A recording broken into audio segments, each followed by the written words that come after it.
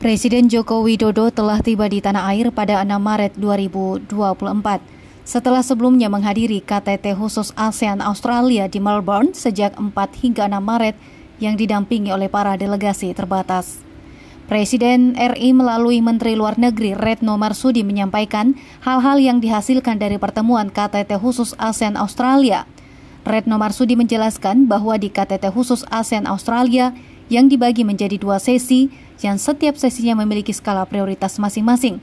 Di sesi pertama membahas diantaranya strategi ekonomi Australia di Asia Tenggara melalui pendekatan baru untuk peningkatan kerjasama perdagangan dan investasi.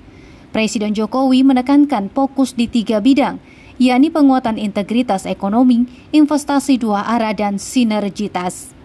Sementara pada sesi kedua membahas terkait isu politik, di antaranya Presiden Jokowi mendorong pentingnya solidaritas untuk Palestina dan seruan menghentikan genosida di Gaza serta pentingnya gencatan senjata. Di dalam sesi pertama mengenai future cooperation, Bapak Presiden di dalam pernyataan nasionalnya menekankan pentingnya fokus perhatian ke depan di 3 bidang. Pertama, pentingnya penguatan integritas ekonomi ASEAN dan Australia, di mana Bapak Presiden menekankan pentingnya penguatan kerjasama perdagangan dan investasi yang sifatnya 2 arah.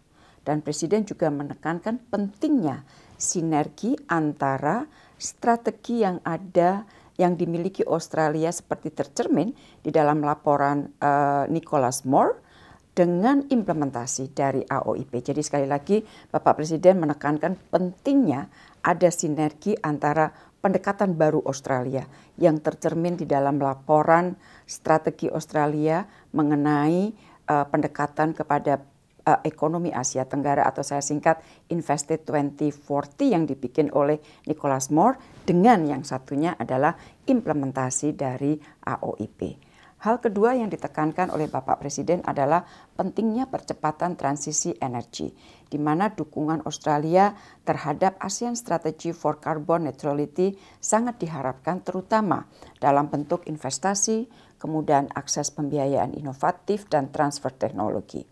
Indonesia juga mendorong Australia untuk mendukung pembangunan EV ekosistem di ASEAN. Dan selain itu, Bapak Presiden juga menekankan bahwa Indonesia menentang kampanye hitam dan diskriminasi yang menggunakan dalih lingkungan hidup yang tidak berdasarkan bukti-bukti saintifik.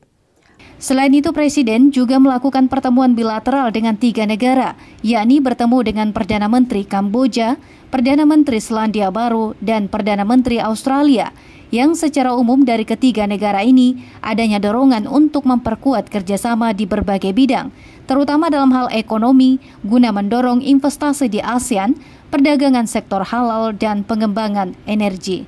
Tim redaksi melaporkan.